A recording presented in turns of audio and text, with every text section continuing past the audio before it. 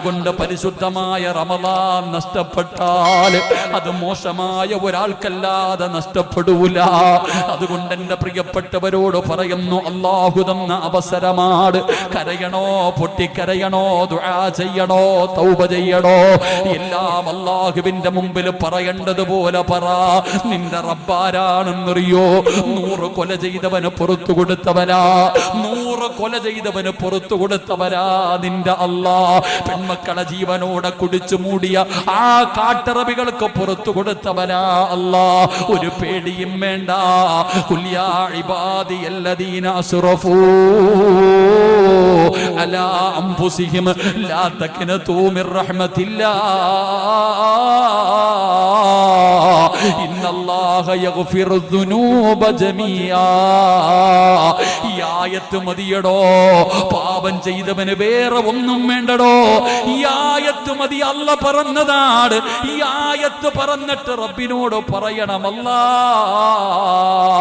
പറ്റിപ്പോയതാ പടച്ചവരെ, ജീവിതത്തിൽ സംഭവിച്ചു പോയി തമ്പുരാരെ, ഒരവസരം താല്ല, എനിക്കൊരവസരം താല്ല എന്ന് പടച്ചവരോട് പറഞ്ഞാ പുറത്തു തരുന്നവനാ നിന്റെ അല്ലാ.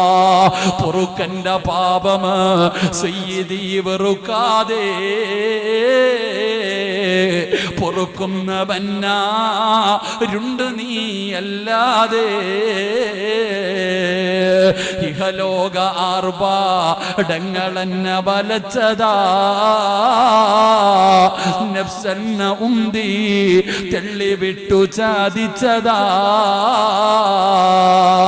അല്ലാതെ ധിക്കരിച്ചല്ല റബ്ബേ നിന്നെ, അതുകൊണ്ട് ആട്ടരുതിലാഹേ എന്നെ.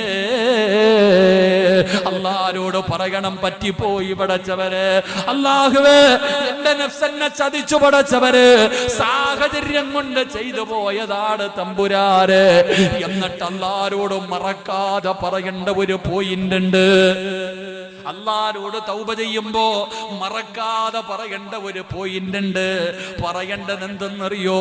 എന്ത് ചെയ്താലും നീ കാണുന്നവനാ, എന്ത് ചെയ്താലും നീ കാണുമെന്ന് എനിക്കറിയാമല്ല, എന്നിട്ടും ചെയ്തത് ധിക്കാരമല്ല. നീ കണ്ടാൽ എനിക്കൊരു ചുക്കുമില്ലെന്ന് പറഞ്ഞിട്ട് ചെയ്തതല്ല. പറ്റിപ്പോയി പടച്ചവനെ, എന്റെ ജീവിതത്തിൽ സംഭവിച്ചു പോയി തമ്പുരാരെ, എനിക്ക് നീ പുറത്തു തരണേ അല്ലാ എന്ന് റബ്ബിന്റെ മുമ്പിൽ തൗബ ചെയ്തിട്ട് മടങ്ങിക്കോ.